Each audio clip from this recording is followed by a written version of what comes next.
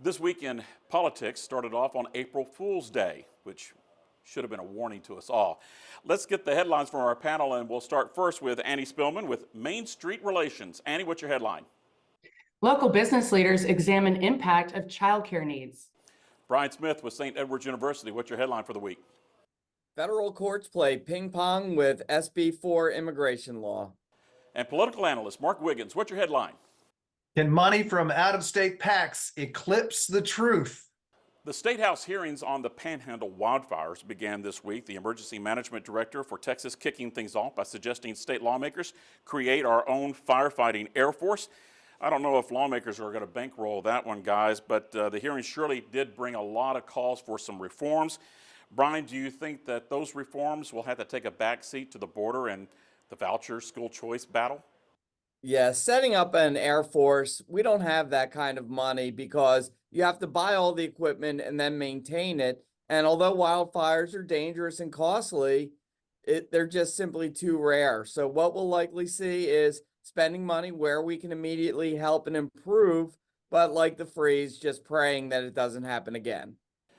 Mark, do vouchers and the border stamp out any kind of fire reform? I mean, Rudy, the fact is disasters very rarely are a priority by the time session starts. I don't know if you remember the whole blackout thing happening and ratepayers ending up getting stuck with the bill. We had 19 kids, 2 teachers killed in Uvalde. And what's the legislature focused on? Vouchers. So, the political issues always take precedence. And the only way that changes is if the disasters become the political issues. Yeah, but a lot of ranchers, a lot of businesses up there lost a lot, and that could have a trickle-down effect with a lot of things at the grocery store, right, Annie? Yeah, correct. And, not just supply and demand, but, the committee had the Texas Department of Insurance there as well invited, and they were pressed on potential insurance rate hikes on premiums.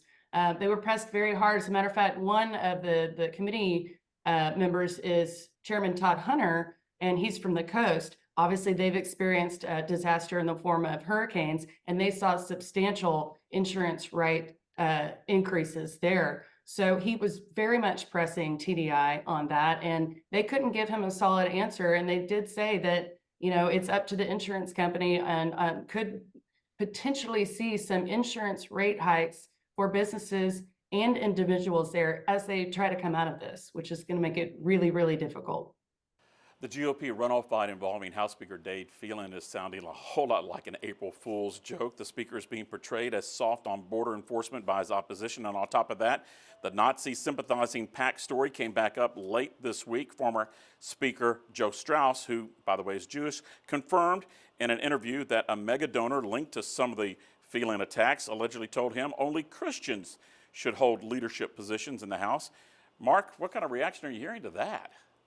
I mean, the talk around the Capitol is what is truth anymore? If you have enough money, you can just stuff mailboxes full of out and out lies, and there's nothing anybody can do about it. I mean, every voter in Texas who's seeing their mailbox or their phone blow up with these attack ads against their incumbent representative ought to be asking themselves, how much does all of this cost and who is paying for it? And I'll tell you, it's coming from a couple billionaires and PACs that aren't even based in Texas, have nothing to do with our communities, but are trying to trick everyone into voting against their own interests. And they think we're dumb enough to do it. The GOP infighting, seems, according to Phelan, is a battle for the heart and soul of the party. I saw reports this week in regards to a meltdown within the GOP caucus, Brian. Is this really all about positioning after the runoffs? Yeah, even if Phelan comes out of the runoff, he's in a real bad situation. He's being attacked from all angles, and a lot of these attacks are going to be hard to forgive. When we think about the Republican speakers, milk has a longer shelf life than them. We keep going through them. And if he wants a job, he's going to have to unify the caucus, make nice with Donald Trump, likely give pink slips to Democratic committee chairs. And it's not going to be an enviable job, but he's positioning for it anyway. Businesses hate an unstable political landscape. Annie, the business community has got to be just worried. It's very concerning for the business community. We've spoken with a lot of the folks that are in these runoffs, And they said, the business community should be very concerned because the folks that are running against them, these so-called, insurgents, are often haven't lived in the districts for a long time, are often not from Texas. They've not run a business, signed the front of a paycheck. And when they're speaking, they're not talking about regulatory issues or tax issues. As a matter of fact, they haven't even, given credit where credit's due. When this past legislature passed measures that created great regulatory reform, some property tax relief, but their goal is to get rid of incumbents in the establishment. And they have already said that they don't want to speak to the Austin lobby. Well, guess what? The Austin lobby represents the people in your community, and they need to be heard, and small businesses want to be heard. College campuses got political again this week. Governor Greg Abbott issuing an executive order requiring universities to crack down on anti-Semitic speech, and the University of Texas laying off several employees linked to their DEI programs that state lawmakers outlawed last year. Mark, all this caused a lot of controversy, but it also seemed to be like a distraction tactic to me. Am I overreading this? Well, the universities are just trying to comply with SB 17 or risk getting their funding cut. And DEI is still a red meat issue for the GOP. And you can bet that those headlines are going to be in every member's newsletter to constituents this month. The Texas immigration law, SB 4, was back in another federal court, again, for another federal hearing. Brian, more smoke and mirrors, or is there real smoke to this one? There's actually real smoke here because you just can't leave this law in judicial limbo. One of the federal courts, maybe the Supreme Court's going to have to make a final ruling on this. And the closer we get to election day, the greater the political fallout. Immigration's an issue that's not going away. It's likely to be one of the top issues. And if the court does rule against Texas, expect the legislature to craft another bill that scrapes up against what the courts decide is legal for states to do. Annie, you want to weigh in on SB 4? Well, I will say this, Governor Abbott he's in New York right now, and he's been on, several news outlets speaking about the legislation. It's obviously making national news. It brings the focus onto Texas. It has been on Texas. So no matter what the outcome, politically, this looks good for Governor Abbott, and we'll see what comes of that. Speaking of that, here's a curveball. Governor Abbott was up in New York doing a speaking engagement at an event.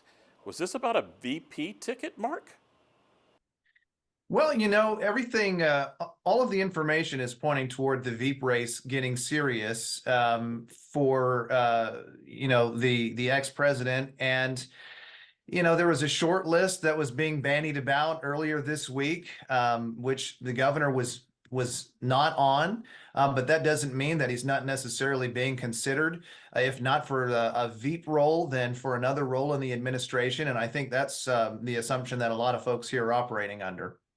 Brian was Thursday night an audition for Abbott? Not necessarily. I don't know why somebody wants to be Donald Trump's vice president when they can simply wait 4 years and run for the office on their own. A lot of times the vice presidency, as Mike Pence knows, is a stepping stone to nowhere. So I think a lot of people would be scared to be on the short list, and we'll see what actually comes out of this. Turning local, the Austin City Council has finally hired a new city manager. They hired the guy that the city of Dallas let go. Annie, how's the business community reacting to this? There's been a lot of discussion since this new city manager's been hired. It's obviously eyebrow raising when you see that his salary is going to be $470,000, including a $5,000 housing allowance. There's a lot of talk, especially when we're down 500 police officers, and small businesses are still worried about retail theft and among other things. It's almost a bit insulting when they're spending a whole bunch of money for somebody we're not really certain about and didn't really play well in his previous role in Dallas. Yeah, congratulations. One of his first to-do orders is to create a citizens patrol on the bike lanes to neighbor ticket neighbor, right, Mark? Sure. Cars shouldn't park in bike lanes. Seems like we have some bigger problems, as Annie mentioned. I mean, he comes from Dallas. He had a rocky relationship with the council and mayor in there. Austin is a very different city, very different problems, very different politics. I think we all hope that he is successful here, but he's definitely going to have his work cut out for him. Everyone likes second chances, Brian. Well, we'll see how he does. And like Mark said, I'm really hoping he does a great job and we don't have an ice storm. And that if he does have citizens out giving tickets, they remember that they're not professional police and that they do their job, because that can escalate poorly. Central Texas spent the week gearing up for the great solar eclipse that's supposed to happen, but we've got a cloudy forecast that also is supposed to happen. So, guys, this reminds me of the big Y2K hype that happened and turned out to be nothing. Is this going to be nothing, or does the tourism industry still win regardless of the cloud cover, Annie?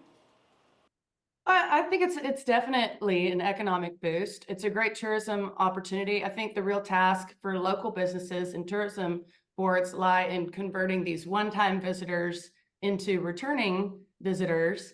But it's an opportunity to showcase these smaller communities, Kerrville, et cetera. We know that people have already booked their tickets. They're coming in. Will it be a bust or will it be lackluster? Maybe, but it's an opportunity for these local businesses. Bright or bust, Mark? Well, I certainly wouldn't want to be at ABIA this weekend.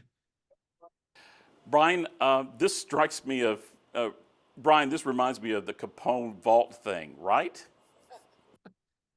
Yeah, it's the Al Capone vaults. I watched the entire episode only to find a couple gin bottles, I think is what he found. But I think this is going to be more exciting. My students are really excited because we're going to do virtual learning that day and they're going to get to watch the eclipse. And with college kids, they'll make sure they have a lot of fun. So even with the clouds, maybe it will still get dark. We'll keep our fingers crossed. All right, let's wrap things up with a word.